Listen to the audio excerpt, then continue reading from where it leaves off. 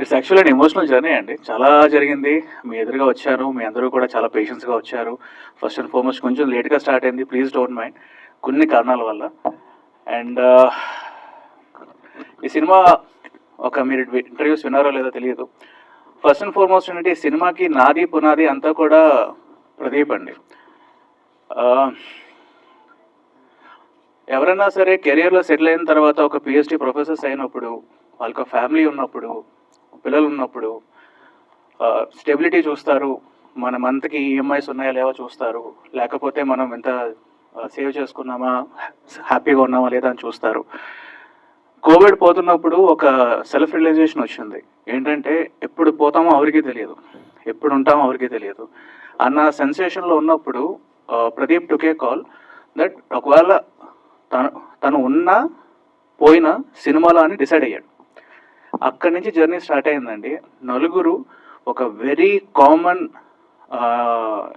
People join అయ్యి ఒక movie తీద్దామని డిసైడ్ అయ్యారు. ఆ ప్రయాణంలో కొన్ని లక్కు వశాత్తు నేను కూడా జాయిన్ అయ్యాను. అక్కడి నుంచి ఇక్కడికి మామూలుగా దెబ్బలు తినలేదండి.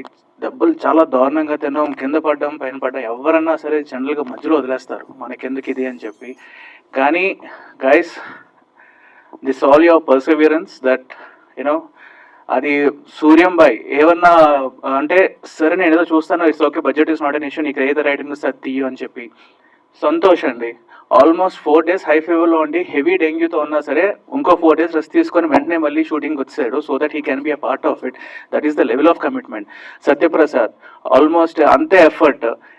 ఇంతమంది ప్రాణాలు పెట్టారు. మా డిఓపి రవి మిల్కి, దాని తర్వాత ఎస్ఎఫ్ఎక్స్ దాము, మ్యూజిక్ కూడా నిజాని అని everyone put in a lot of effort, ఎస్పెషల్గా నలుగురు. ఒక టిట్ పెట్టేస్తానండి. ఏంటంటే నాతో ఆల్మోస్ట్ 25-26 hours కంటిన్యూస్ షూట్ ఉండేది. ఇట్ వాజ్ 26-25 hours షూట్ ఉండేది ఎవ్రీడే. ఆల్మోస్ట్ మార్నింగ్ 4కి లేపేవాళ్ళు, 5కి షూట్ స్టార్ట్ అయ్యేది, 10-11కి అయ్యేది. నేను బాగా టైర్డ్ కదా, ఇంత టైర్ అవుతున్నాను, నన్ను ఇంత ఎఫర్ట్ పెడుతున్నాడు అది ఇది అనుకునేవాడిని. బట్ ఒక 3-4 days ఒక రియలైజేషన్ వచ్చింది. ఏంటంటే నన్ను 4కి లేపడానికి మనోడు 3 o'clock నాకు కాల్స్ చేసేవాడు. షూటింగ్ అయిన తర్వాత ఇంటికి వెళ్ళడానికి ఒక 45 minutes ఎక్స్ట్రా పడేది. ఒకవేళ 11 o'clock 12 o'clock షూట్ అయితే ఇంటికి వెళ్ళి 12:30 1కి పడుకొని జస్ట్ 1.5 hour ఇలాగా ఆల్మోస్ట్ ఒక 1.5 month రీషూట్స్లో కూడా అంత ఎఫర్ట్ పెట్టారండి. ఎవరు పెడతారండి? అలాంటి టైంలో నాకు అనిపించింది అనమాట, నేనే ఎఫర్ట్ పెడుతున్నానంటే వీళ్ళు పెడుతున్న ఎఫర్ట్ ముందు నేనెంత. సో అంత కమిట్మెంట్ వచ్చానండి. అండ్ సినిమా షూట్ చేయడం ఒక ఎత్తు అయితే రిలీజ్ చేయడం ఒక ఎత్తు. అది we have learned it. Cinema shooting is one aspect, but cinema release చేయడం is very one of the other aspect. లక్కీగా కోర్ టీమ్ స్ట్రాంగ్గా ఉండడం వల్ల ఎదురుగా మీరస్ వచ్చాం. అండ్ ఈ ఎంటైర్ జర్నీలో సినిమా అయితే మాత్రం ఆనెస్ట్ చెప్తున్నానండి, ఐ డోంట్ నో నన్ను ఏకేస్తాడేమో ప్రదీప్. నేను ఫస్ట్ కట్ చూశాను. ఫస్ట్ కట్ చూసినప్పుడు I was very honestly said, bro ఇంకా బాగుండాలి ఇది అని చెప్పి. ప్రదీప్లో ఉన్న ఒక గొప్పతనం ఏంటంటే చెప్పిన తర్వాత ఎందుకు చెప్పాడో రాంగ్గా నాకే తెలుసు కదా, నాకే చెప్పేందుకు గొప్పడువా నువ్వు అని అండు. ఎందుకు, ఏంటి, why is it not working అని. మీరు నమ్మరండి, 3 weeks at a stage 14 hours SFX sound మార్చాం. నాకు జనరల్గా ఒక సినిమా ఎక్కదు, ఎందుకంటే నేను ఈ స్టేజ్ మీద వచ్చి మాట్లాడే ముందు ఐఎమ్ నార్మల్ మ్యాన్. మీలాగే నేను కూడా ఇప్పటికి కూడా ఒక నార్మల్ కామన్ మ్యాన్. సినిమా నాకు ఎక్కలేదు మచ్చా, ఇంకా బాగుండాలి అన్నప్పుడు తన ఫస్ట్ రియాక్షన్ అంటే what can we do about it. తర్వాత కూర్చున్నామండి, ఒక 2 weeks కూర్చున్నాం. సినిమా నేనే 2 times చూశాను. సినిమా ఎక్కడా కూడా నాకు బోర్ కొట్టకుండా బ్రీజ్ లాగా వెళ్ళింది 2 hours అండి. That is an achievement. ఎందుకంటే ఆ డైరెక్టర్, ప్రొడ్యూసర్ అందరూ కూడా అంత అడాప్టివ్గా ఉన్నారు ఆనెస్ట్లీ. ఎందుకంటే ఇప్పుడు ఇంతమంది ఉన్నాం, నేను కానీ పక్కన వచ్చి భజన చేస్తే మా సినిమా హైలైట్, మా సినిమా తోపు అని మాట్లాడితే అదిరిపోద్ది. కానీ ఫ్యాక్ట్ ఏంటంటే బయట లక్షల మంది చూస్తున్నప్పుడు దే విల్ ఆన్సర్ బాగుందా బాగోలేదని ఏకేస్తారు. It's an open fact. First time అయితే నాకు నచ్చలే, అందరికీ కూడా అది. కానీ సెకండ్ టైం చూసిన తర్వాత కిరాక్ బ్రీజ్, అసలు 2 hours తెలియకుండా వెళ్ళింది. వావ్, దీనికి one of the biggest credit goes to Damu అండి. ఎస్ఎఫ్ఎక్స్ చేశారు, ప్రాణం పెట్టాడు మాతో పాటు. అండ్ సినిమా అయితే ఆనెస్ట్గా బాగా వచ్చింది. అండ్ తెలుగు ఆడియన్స్లో ఉన్న గ్రేట్నెస్ ఏంటంటే ఎప్పుడు చెప్తా, we're one of the most welcoming, embracing audience in the entire world. Cinema బాగున్నది అంటే అది ముఖాలు చూడరు, తర్వాత వీళ్ళు ఏంటని చూడరు, స్టోరీ బాగుందా లేదా, కంటెంట్ బాగుందా లేదా, ఎమోషన్స్ మన ఇచ్చిందా లేదా, ఎంటర్టైన్మెంట్ ఇచ్చిందా లేదా అని చూస్తారు.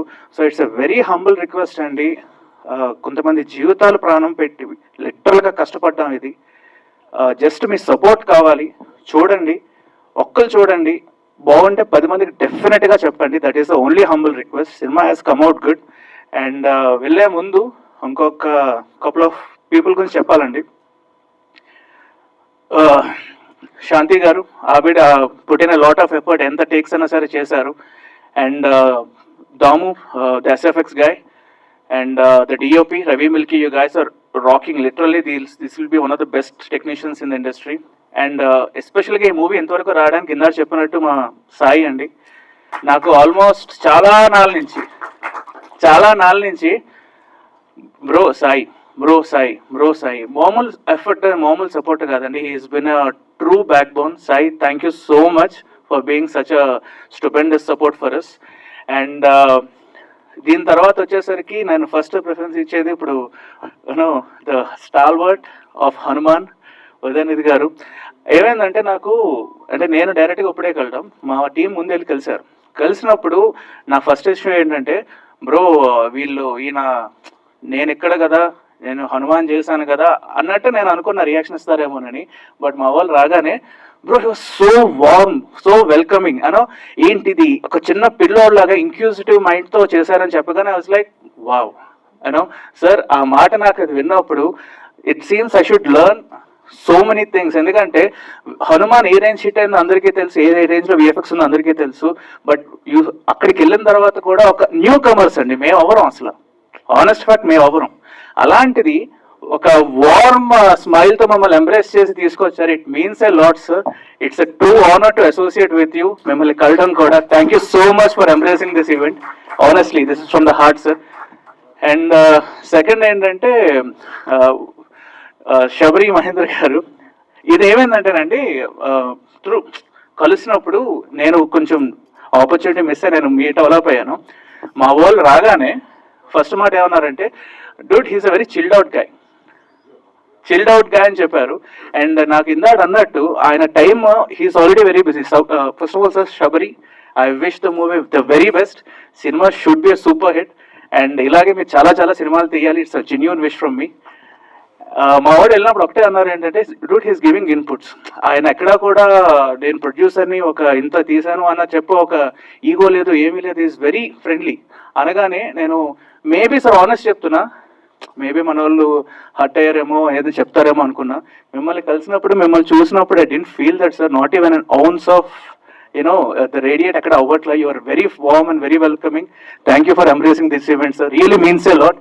Thank you so much. And ఇంకా మాట్లాడితే మీరు బోర్ కొట్టేస్తుంది.